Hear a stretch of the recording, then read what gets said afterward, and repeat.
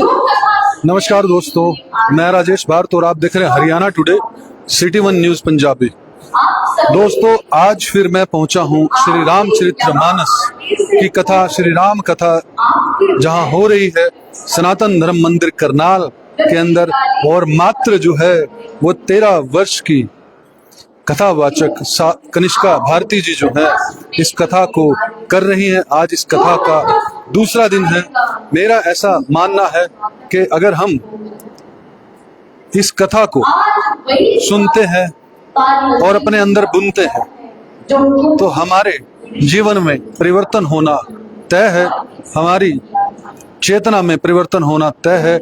आइए हम भी इस पुण्य के भागी बने और इस कथा के अंदर जुड़कर जो है वो श्री राम जी की कथा का जो है वो रसपान करें, और ताकि हम भी पुण्य के भागी हों इस कथा के। और दोस्तों, आपसे रिक्वेस्ट है कि देखते ही शेयर जरूर करें ताकि और लोगों तक भी ये लाइव कथा पहुंच पाए।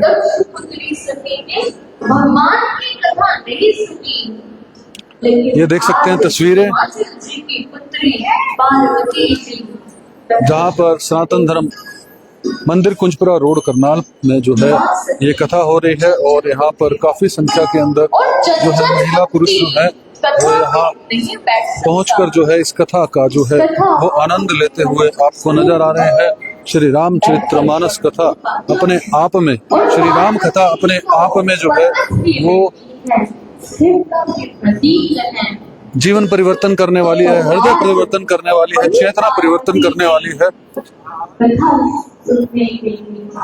सभी विशिष्ट अतिथिगण जो है वो यहाँ पर पहुंचे हुए हैं कथा सुनने के लिए।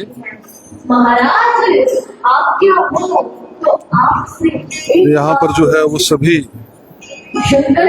विशिष्ट अतिथिगण, सभी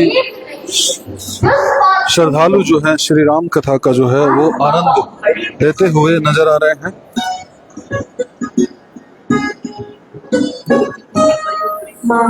तेरह साल की मात्र कनिष्का भारती जी जो है इस कथा का पाठ कर रहे हैं। आइए आनंद लेते हैं।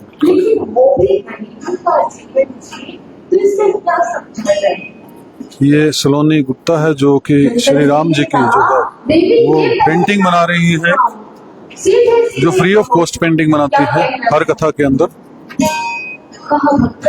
आपको क्या बता सकती हूँ, आप तो सब जानते हैं।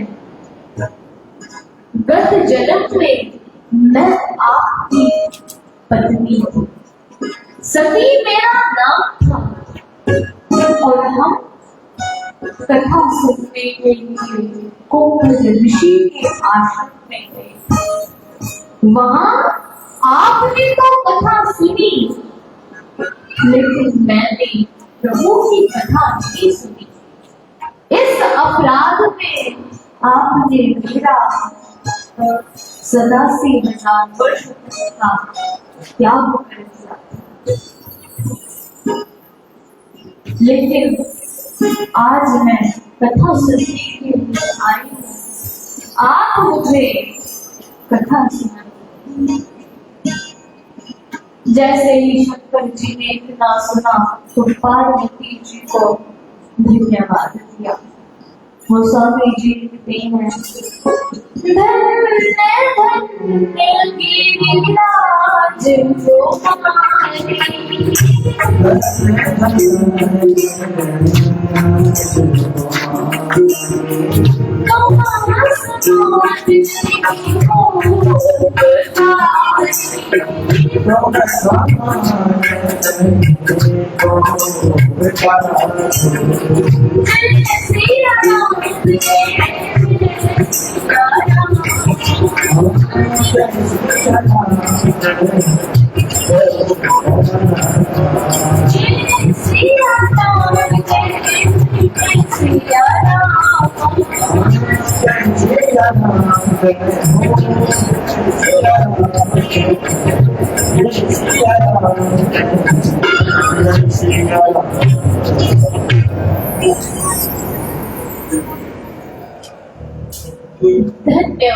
धन्य हो। देवी, आपने कथा मुझ पर बड़ी कृपा की। भगीरथ की गंगा तो केवल कुछ प्रदेशों को पवित्र कर पाती है, लेकिन भगवान की एक अमृतमय कथा तो जन जन को पावन करने वाली है। अनंत काल तक पावन होने का सुगम साधन तुमने उपलब्ध है। भारद्वाज ऋषि का आश्रम था और श्री याज्ञवल्क्य जी के मुख से प्रयोग करवाई, लेकिन अभी गंगा का प्राकट्य होने जा रहा है। सोचकर देखिए कि शंकर जी की दृष्टि कितनी उच्च है, कितनी महान है। क्योंकि जब भी पति पत्नी एक साथ बैठते हैं तो अक्सर वो काम की चर्चा ही करते हैं, लेकिन जिन परिवारों में पति पत्नी एकांत में बैठकर भगवत चर्चा करे, उन परिवारों में तो जन्म लेने के लिए देवता भी लालायित रहते हैं। आज गोस्वामी जी ने शंकर जी के घर से कथा की इस नवीन दुर्गा का प्राकट्य करवाया। पार्वती जी ने भगवान शिव से पूछा कि भगवान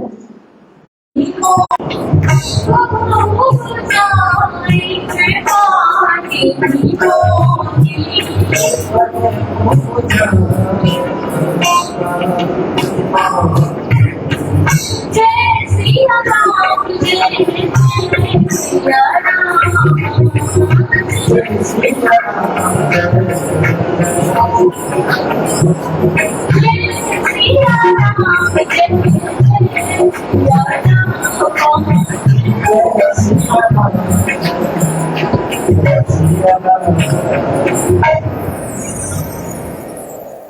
पार्वती जी ने पूछा कि शंकर जी नाम को। शंकर जी ने कहा कि देवी, जो तुमने ये प्रश्न किया है ना कि राम कौन है, ये मुझसे बड़ा अटपटा है, क्योंकि इस प्रश्न को कोई ऐसा व्यक्ति पूछे जो मूढ़ है, पाखंडी है, धर्म विरोधी है, भूत प्रेतों का पूजक है, जिसने कभी संतों का संग नहीं किया, मन रूपी मुकुट जिसका मलिन है, जिसके कानों ने कभी हरि की कथा नहीं सुनी, हरि का नाम नहीं सुना, यदि वो इस प्रश्न को पढ़े तो हमें थोड़ा अच्छा भी लगे। लेकिन यदि आप इस प्रश्न को पूछ रही है कि राम कौन है, ये मुझे बड़ा अटपटा है। आप सोच कर देखिए कि क्या पार्वती जी को ये नहीं पता कि राम कौन है? वो तो सब जानती है, लेकिन पार्वती जी ने केवल हम सभी के लिए शंकर जी से ये प्रश्न किया है कि ताकि शंकर जी ये राम कथा हमें सुनाए।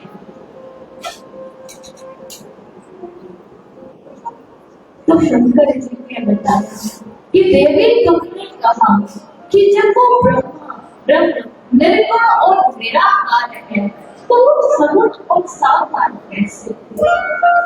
तो देवी सुनो, वही निर्गुण और वही सगुण है। दो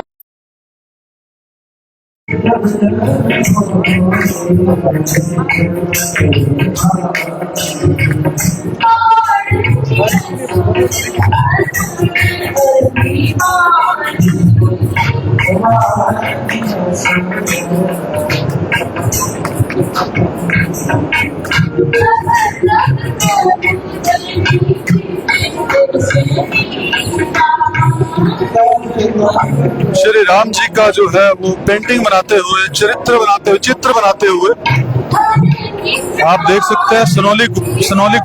सलोनी गुप्ता है इनका नाम। और ये हर एक कहीं पर भी कथा हो रही होती है किसी भी भगवान की, वहां पर पेंटिंग जो है वो जरूर बनाती है। और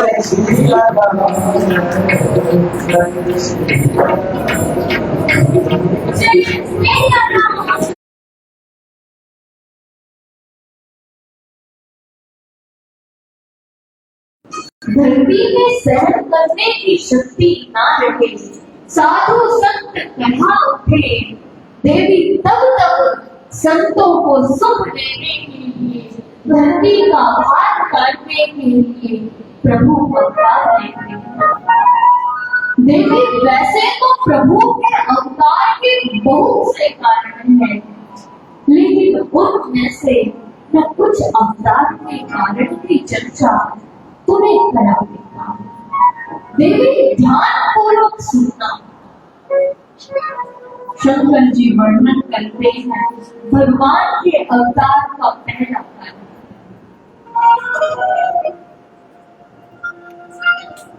एक बार संवादिक ऋषियों की इच्छा हुई कि चलकर भगवान के दर्शन किए जाए, लेकिन जैसे ही दर्शन करने के लिए पहुंचते हैं तो द्वार पर दो द्वारपाल खड़े हुए थे। उन्होंने रोक दिया, कहा रुकिए, अंदर कहाँ जाते हैं? संवादिक ऋषि बोले कि प्रभु के दर्शन करने जाते हैं, और कहाँ जाते हैं? कहा सीधे सीधे बिना हमारी अनुमति के ये कैसे संभव है? संवादिक ऋषि बोले, अरे आज तक तो किसी ने नहीं रोका, अब क्या हो गया? द्वारपाल बोले कि अब नियम बदल गए हैं। इतना जैसे संवादिक ऋषियों ने सुना तो क्रोध में आ गए, दोनों को श्राप दे दिया राक्षस कुल में पैदा होने का। और यही दोनों द्वारपाल जय और विजय त्रेता युग में रावण और कुंभकर्ण हुए। भगवान इनको उद्धार करने के लिए 4 जन्म मनुष्य के धारण करते हैं। गोस्वामी जी लिखते हैं, द्वारपाल हरि प्रिय द्वार,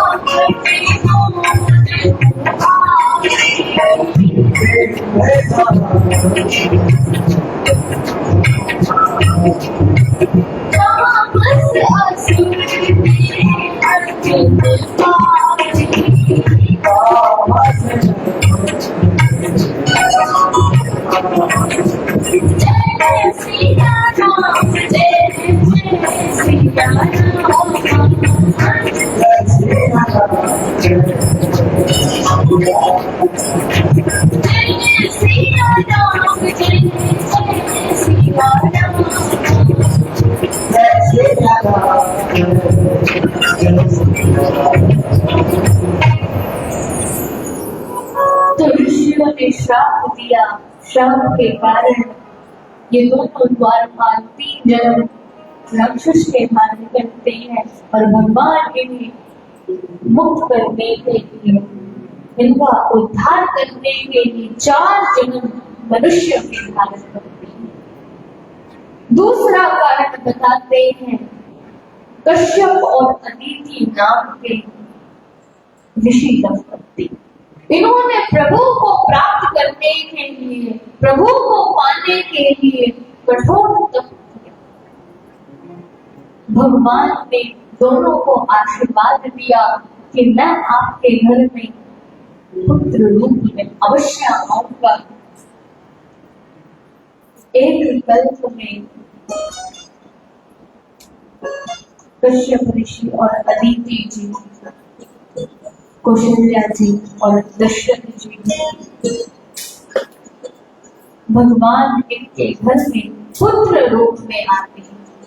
तीसरा कारण बताया गया कि जलंधर नाम का बड़ा भारी भयानक राक्षस भगवान ने इसे मारने के लिए धोखे से इसकी पत्नी वृंदा के पति वंश को भंग किया। वृंदा ने जैसे ही ये देखा तो क्रोध में आकर भगवान को श्राप दे दिया और भगवान को एक जन्म और मनुष्य का धारण करना पड़ा।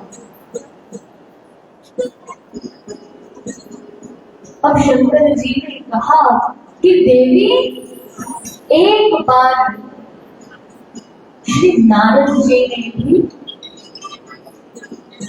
प्रभु को श्राप दिया था, जिस श्राप के कारण एक और जन्म भगवान को मनुष्य का धारण करना पड़ा। जैसे ही पार्वती जी ने इतना सुना तो आश्चर्यचकित हो गई। तो स्वामी जी लिखते हैं, गिरिजा चकित भई सुनी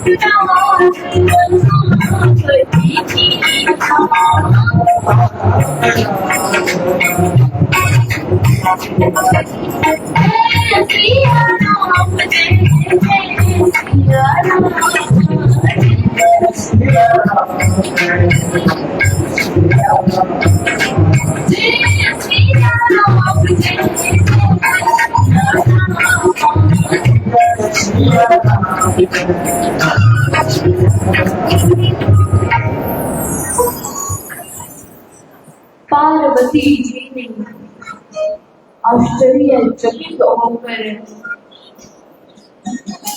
भगवान से पूछा कि शंकर जी, आप ये क्या कह रहे हैं?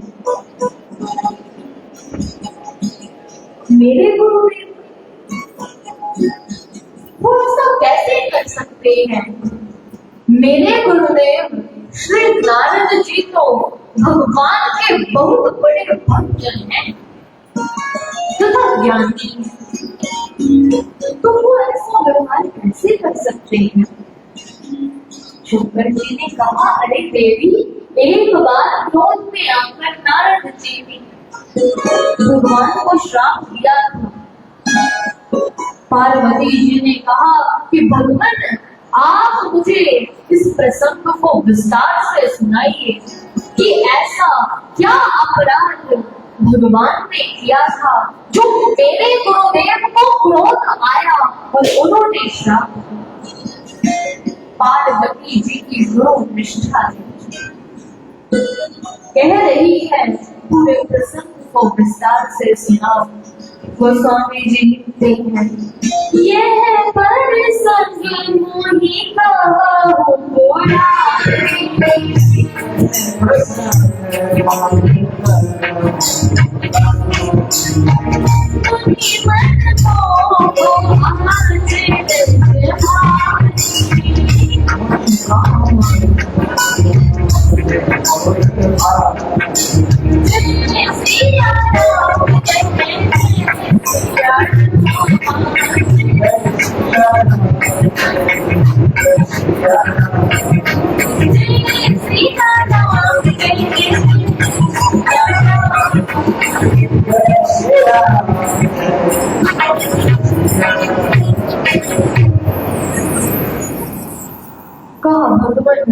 सारे प्रसंग को मुझे विस्तार से सुनाइए। अब शंकर जी विस्तार से वर्णन करते हैं कि एक बार श्री नारद जी घूमते घूमते हिमाचल की देवभूमि में प्रवेश करते। नारद जी को एक श्राप लगा है कि वो एक घड़ी से अतिरिक्त कहीं रुक नहीं सकते, लेकिन जैसे ही हिमालय की देवभूमि में प्रवेश हुआ तो जो श्राप की गति थी वो रुक गई।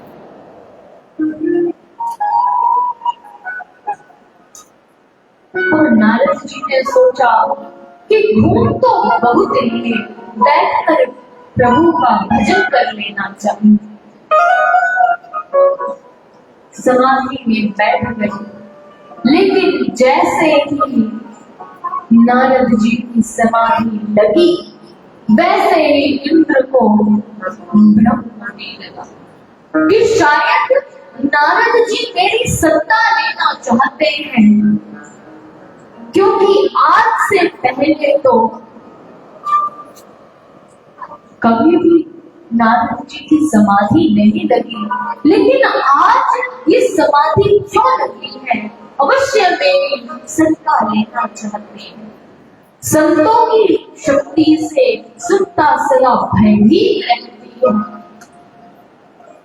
इंद्र का भी ये कोरा भ्रम था कि मेरी सत्ता लेना चाहते हैं। तुरंत कामदेव को भेजा, कहा कामदेव मुझे ऐसा लगता है कि नारद मेरी सत्ता लेना चाहता है, तो तुम जाओ और जाकर नारद जी की समाधि को भंग करके आओ।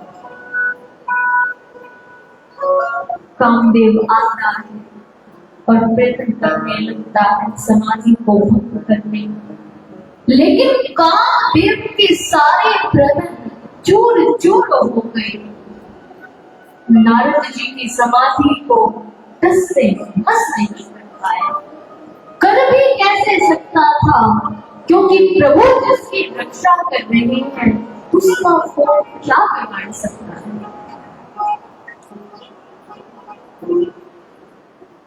जब सारे प्रयत्न नाकाम रहे तो बाद में एक ऐसे बाण का प्रयोग किया जो अमोघ बाण है, कभी खाली नहीं जाता। चलाया तो कुछ ना कुछ काम करके वहां से वापस लौटता।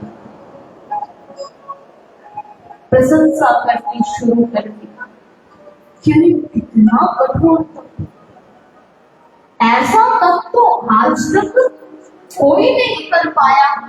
अरे महाराज आपकी तो जय हो, आपकी तो जय हो। प्रशंसा करनी प्रारंभ कर दी। अब महाराज नारद जी को अपनी झूठी प्रशंसा भी बड़ी मीठी लग रही है, क्योंकि प्रशंसा है ही ऐसी चीज, एक बार प्रशंसा कर दो महाराज आप तो ऐसे हैं, आप तो ऐसा करते हैं, फिर बाद में चाहे आप मुझसे कोई कार्य करवा दो वो वही कार्य करके देगा। लेकिन प्रशंसा चीज ही ऐसी है कि सुनकर बड़े से बड़ा व्यक्ति इसकी जाल में आ जाता है। कभी भी अपनी प्रशंसा को सुनकर प्रसन्न नहीं होता, क्योंकि बाद में ये प्रशंसा फंसा भी रहती है। एक बड़ी सुंदर कथा आती है कि एक बार ऐसे ही एक व्यक्ति एक संत के पास गया, जाकर प्रणाम किया, कहा महाराज हम एक बात जानना चाहते हैं। संत ने कहा पूछो क्या पूछना चाहते हो। तो व्यक्ति बोला कि वैसे तो मैं मूर्तिकार हूँ, बड़ी सुंदर सुंदर मूर्तियां बनाता हूँ, लेकिन मैं ये जानना चाहता हूँ कि मेरी मृत्यु कब होगी। सच बोले नहीं, ये भी कोई जानने की बात है। भगवान ने जितना समय दिया है उतना समय उनका भजन करो, उनका कीर्तन करो, कथाएं सुनो। मृत्यु जानने में क्या रखा है। मूर्तिकार बोला नहीं, मुझे तो आज जानना है मेरी मृत्यु कब होगी, मुझे आप बताइए। संत ने समझाया ये जानने से कुछ नहीं होगा, बल्कि टेंशन बढ़ जाएगी। तो इस बात को छोड़ो और यहाँ से जाकर जो तुम्हारा काम है वो करो, भगवान की कथाएं सुनो, उनका नाम जपो। लेकिन मूर्तिकार तो ना, मैं तो सुन के जाऊंगा मेरी मृत्यु कब होगी, मुझे बताइए, मुझे बताइए। जब बहुत सिद्ध की तो संत ने देखकर बताया, कहा आज से 7 दिन के बाद तुम्हारी मृत्यु होने वाली है। मूर्तिकार ने फिर इतना सुना तो बस चिंतित हो गया। महाराज अब इस मृत्यु से बचने का कोई उपाय बताइए, हमें मृत्यु से बचना। संत बोले मैंने तो पहले ही कहा था कि पूछने से कोई लाभ नहीं होगा, लेकिन जब तुमने पूछा तो मैंने बता दिया। तो अब मृत्यु से नहीं बचा जा सकता। मृत्यु तो ऐसी है, एक सबकी आनी, तो तुम कैसे बच सकते हो। मूर्तिकार ने कहा नहीं महाराज, आपके पास कोई ना कोई उपाय तो होगा ही, आप मुझे बताइए। बड़ी प्रार्थना की क्या मुझे मृत्यु से बचाएं। तो संत ने कहा जब तुम मूर्तियां बनाते हो तो एक काम करना, आज से 7 दिनों के बाद तुम्हारी मृत्यु होने वाली है, तो तुम अपने जैसी 8 मूर्तियां बनाओ, बिल्कुल अपने से मिलती हुई, सेम टू सेम। मूर्तिकार ने इतना सुना तो मूर्तिकार वहां से तुरंत दौड़कर आया और आकर लग गया काम में, अपने जैसी मूर्तियां बना रहा है, देख रहा है कहाँ कमी रह गई, कहाँ कमी है। धीरे धीरे इसने 8 मूर्तियां देख रहा है, वो कभी तो नहीं रही। धीरे धीरे वो 7वां दिन आया, जैसा महाराज ने बताया। महाराज के पास गया कि मैंने 8 मूर्तियां तो बना दी, अब बताइए करना क्या है। कहा इन 8 मूर्तियों को पंक्ति में खड़ा करो और बीच में स्वयं खड़े हो जाओ। वैसा ही किया, आया 8 मूर्तियों को पंक्ति में खड़ा किया और बीच में स्वयं आकर खड़ा हो गया।